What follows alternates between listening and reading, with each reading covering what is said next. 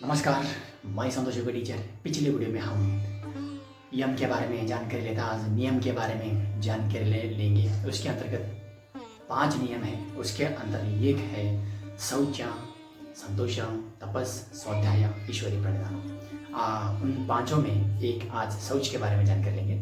शौच मीन्स आपको सभी बहुत लोगों को नहीं पता है। शौच बोले तो आज उनके बारे में जानकारी लेंगे। तो शौच मीन्स जैसे कि हमारे शरीर को स्वच्छ कैसे करते हैं, आंतरिक तौर पर और बाहरी तौर पर, दोनों तरफ भी हम हमारा शरीर को शुचि करना है। एग्जाम्पल जैसे कि हम पतंजलि महर्षि ने हमें क्या दिया है, हम बोलते हैं कि योगेन चित्तस्य पदेन वाचम बलम शरीरस्य च विवेकिनम योगा करोतम प्रवरम मुनिनाम पतंजलि प्रांजलिरनतोस्मि। हम ये मंत्र बोलते हैं कि क्योंकि हमें अगर हमें भाषा की शुद्धिकरण करना है तो हमें क्या करना चाहिए, क्या किसकी जरूरत पड़ता है, हमें व्याकरण की जरूरत पड़ता है। अगर शरीर की गंदगी और कोई भी बीमारी को दूर करने के लिए किसका जरूरत पड़ता है, हमें आयुर्वेद की। और मानसिक तनाव, मानसिक डिजीज जो भी होता है ना, उनको नाश करने के लिए हमें योग की जरूरत होती है। ये तीनों को तीनों देने वाला पतंजलि महर्षि को नमन करते हुए ऐसा बोलते हैं कि सब पतंजलि महर्षि ने दिया है, उनको प्रणाम करते हैं ये देने के लिए। अगर आपको समझ लिया, समझ में आ गया तो तुम्हारे जो भी समस्या है ना वो भाग जाएगा। हम डायरेक्टली आसन प्राणायाम कभी भी नहीं करना चाहिए। जब तक तुम नियम पालन नहीं करोगे तब तक तुम आसन करने के लिए अर्ह नहीं हो। इसलिए क्या करना है, वातज, पित्तज, कफज, 3 टाइप की डिसीज होता है दुनिया में। जो भी बीमारियां आ रहे हैं ना, अब आने वाला, पीछे आया, सो जो भी होता है ना, उनका कारण है वात, पित्त, कफा। और सब अगर सम रहे तो शरीर में इंसान अच्छा रहेगा, उनका शरीर अच्छा रहेगा। अगर इम्बैलेंस होगी तो समस्या आ जाएगा। इम्बैलेंस नहीं आना चाहिए, इसलिए क्या करना चाहिए, हम यही शौच के ओर जाना चाहिए, आयुर्वेद की ओर जाना चाहिए। कैसे, अगर हमें वो पित्त बोलते हैं, एसिडिटी बोलते हैं ना, बहुत लोगों को डकार आना, जलन, छाती में जलन, भूख ना लगना, ब्लड खराब होना, पिंपल्स आ जाना, खुजली आना, इसका कारण होता है पित्त से।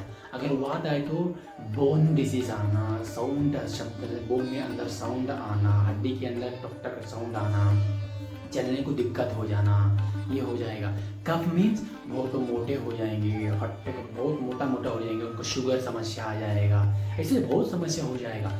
इसलिए जिस किसी के शरीर में अगर वात, पित्त, कफ जो भी समस्या है ना, उनको पूरा क्या करना है, साफ करना है, क्लीन करना है, नाश करना है। उसे करके हम क्या करना है, शुद्ध परिशुद्ध बना के बाद में हम आसन की ओर जा सकते हैं। जब तक हमारा शरीर क्लीन नहीं है तब तक तुम प्राणायाम नहीं कर सकोगे, आसन नहीं कर सकोगे, कुछ भी नहीं कर सकोगे। ध्यान तो दूर की बात है, उसके बाद सोचो मत।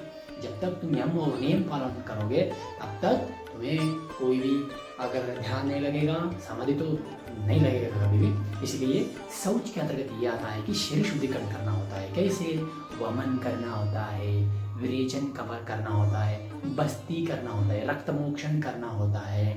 और क्या पूरा का आयुर्वेद की अकॉर्डिंग, आयुर्वेद जैसे बोलता है आयुर्वेद, वैसे ही करना चाहिए। हमें पूरा का पूरा बॉडी क्लीन करके, शुचि करके, निधान परिमार्जनम बोलते हैं हम इधर, वो पूरा क्लीन करने के बाद क्या करना है, हम आसन की ओर जा सकते हैं। हम क्या करेंगे, बहुत लोग बोलते हैं कि हम 10 साल से प्रैक्टिस कर रहे हैं, फिर भी इसका बेनिफिट नहीं मिल रहा। कारण कौन है भाई, तुम हो, खुद तुम हो। अरे 10 साल है, 20 साल तक करो, कुछ नहीं बेनिफिट नहीं मिल रहा। क्यों, ऑलरेडी पॉइजन शरीर में पूरा इकट्ठा हो चुका है, उसे बाहर नहीं फेंक रहे हो, तुम डायरेक्ट प्रैक्टिस कर रहे हो। हम बोलते हैं कि 10 साल से कर रहे हैं योगा, योगा का नाम खराब कर रहे हो तुम जैसे लोग जो ऐसा बोलते हैं ना, उनको बोल रहा हूँ मैं, सबको नहीं। ऐसा मत करो, पहले क्लीन करो, आयुर्वेद जैसा बोलते हैं वैसा करो, अच्छी तरह स्वच्छ करो।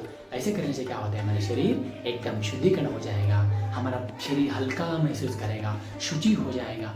बाद में हम एबल हो जाएंगे कि आसन प्रैक्टिस करने के लिए। आसन करने के बाद हम प्राणायाम कर सकते हैं। इसलिए सब लोग योग किए और आ जाओ, तुम्हारा सब समस्या को हल इधर पाओगे तुम।